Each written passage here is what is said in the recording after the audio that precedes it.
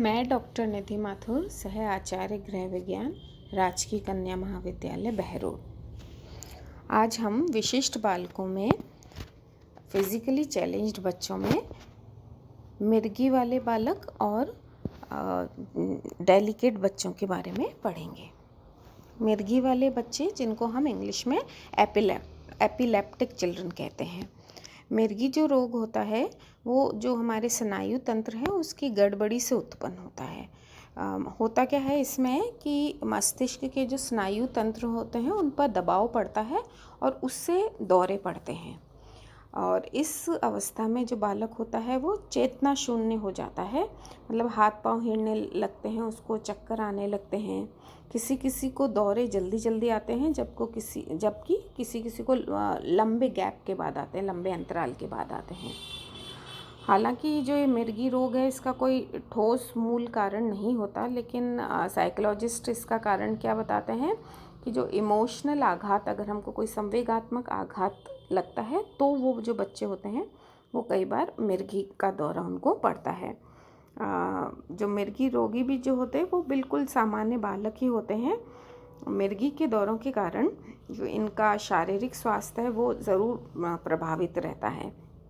केवल मिर्गी की अवस्था में ही ये जो बच्चे होते हैं ये असामान्य व्यवहार करते हैं, और वैसे स्वस्थ अवस्था में सामान्य बालकों के समान ही क्रिया करते हैं। इन बालकों की जो शिक्षा होती है उसकी हम समुचित व्यवस्था कर सकते हैं। इन्हें सामान्य बालकों के साथ ही मतलब हम पढ़ा सकते हैं, किंतु वे बच्चे जिनको बहुत जल्दी जल्दी दौरे आते हैं उन्हें स्कूल नहीं भेजना चाहिए, बल्कि उनके लिए घर पर ही शिक्षा की व्यवस्था करनी चाहिए। जो ऐसे बच्चे होते हैं, इन मिर्गी के जो रोग वाले बच्चे जो होते हैं उनको भी समायोजन संबंधी जो समस्याओं का सामना करना पड़ता है।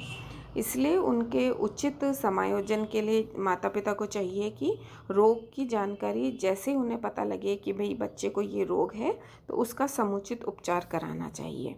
मतलब ऐसे बिना बातें विलम्ब नहीं करना चाहिए। कई बार होते हैं पेरेंट्स की तरफ से ही ये रहता है कि नहीं मेरा बच्चा है, इसको तो ऐसे ही कुछ हो गया, नहीं मानते हैं, डॉक्टर को नहीं दिखाते हैं या किसी को बताते तक नहीं है। तो वो नहीं करना चाहिए। जैसे ही पता लगे तो उसके ट्रीटमेंट के लिए आगे आना चाहिए।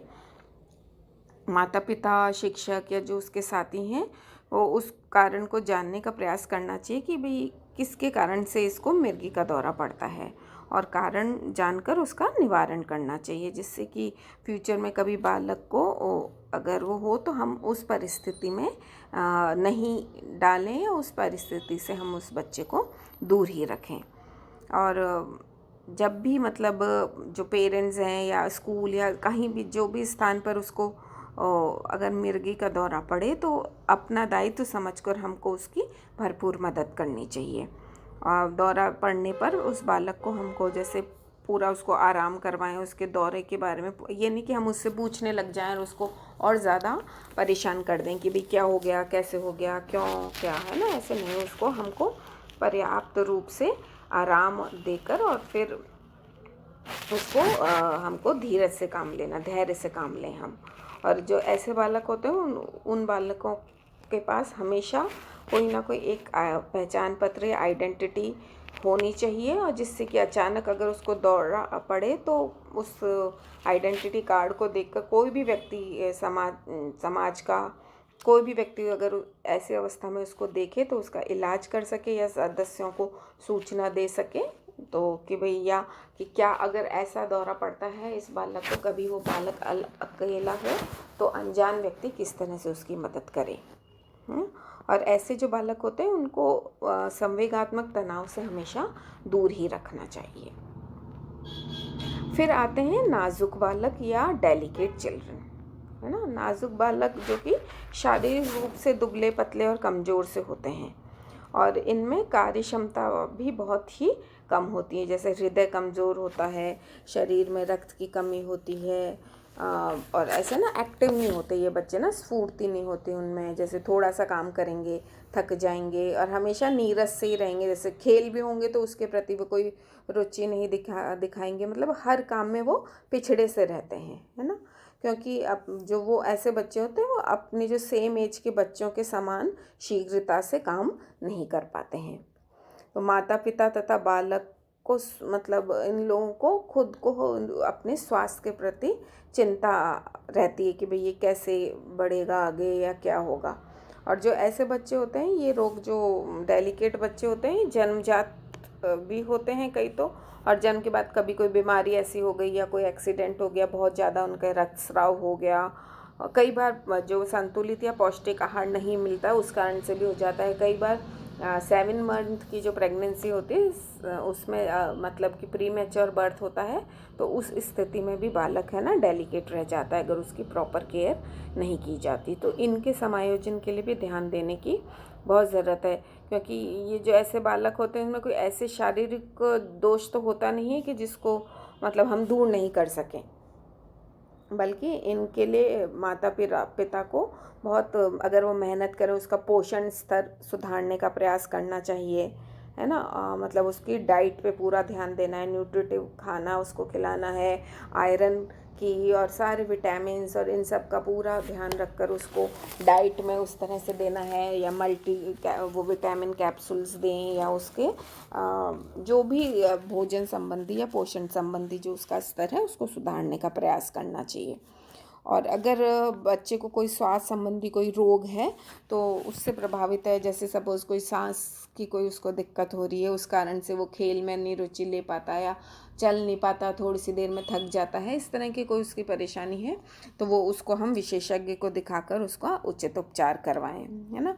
और ऐसे बच्चों में स्वास्थ्य संबंधी आदतों का विकास करना बहुत ज़रूरी होता है कि वो स्वच्छता का ध्यान रखें अपना।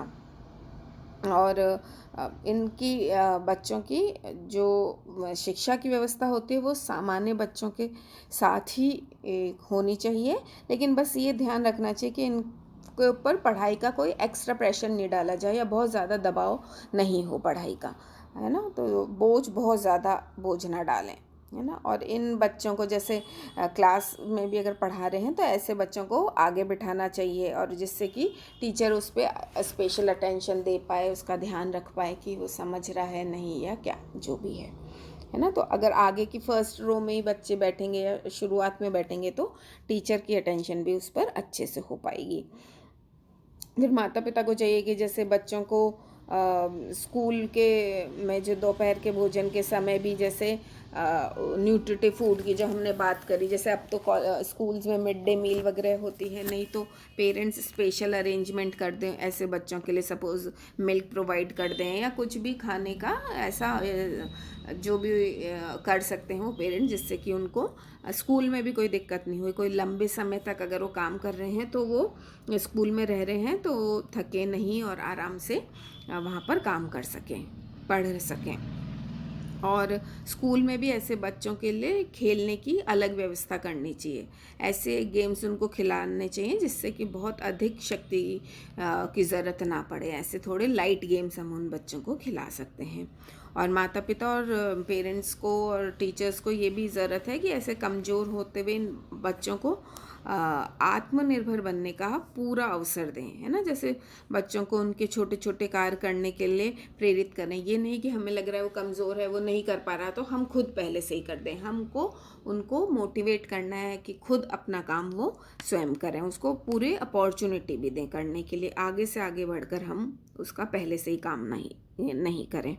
और ऐसे बच्चों को जो सिलेबस है या वो है और टाइम टेबल इस तरह का रखो कि भाई जैसे बीच बीच में हम उसको इंटरवल जैसे गैप दे दें, 2 क्लासेस हैं तो बीच में 5 मिनट का हमने ब्रेक दे दिया, 10 मिनट का ब्रेक दे दिया।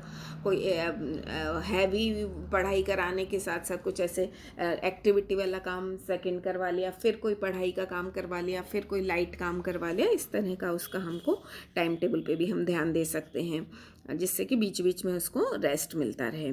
और माता पिता और जो टीचर्स हैं उनको ऐसे बच्चों में सेल्फ कॉन्फिडेंस लाने की कोशिश करनी चाहिए कि बच्चों में अपने आप आत्मविश्वास बढ़े। उनको ऐसे जैसे हम कोई अच्छी सी कोई प्रेरणादायक कहानियाँ सुनाएं, कुछ किस्से सुनाएं उनको, जिसमें मतलब कि ये जैसे ऐसी कहानी सुनाएं कि भाई कमज़ोर बालक भी मतलब बहुत अच्छा कार्य कर सकता है, या कुछ भी मतलब वो आंतरिक उसको अंदर से प्रेरणा मिले कि भाई हाँ मैं भी कुछ कर सकता है, स्वयं प्रेरित होकर आत्मविश्वास को डेवलप करे और कार्य को करने के खुद रुचि दिखाए और खुद कार्य करे, और वो अपनी जो भी ये अक्षमता है उसकी कि भाई वो डेलिकेट है या उसका जो भी परेशानी है उसको भूलकर खुद प्रयास करे, उससे ऊपर उठने की कोशिश करे, तो उसका जो समायोजन है समाज में वो बहुत अच्छे से हो पाएगा।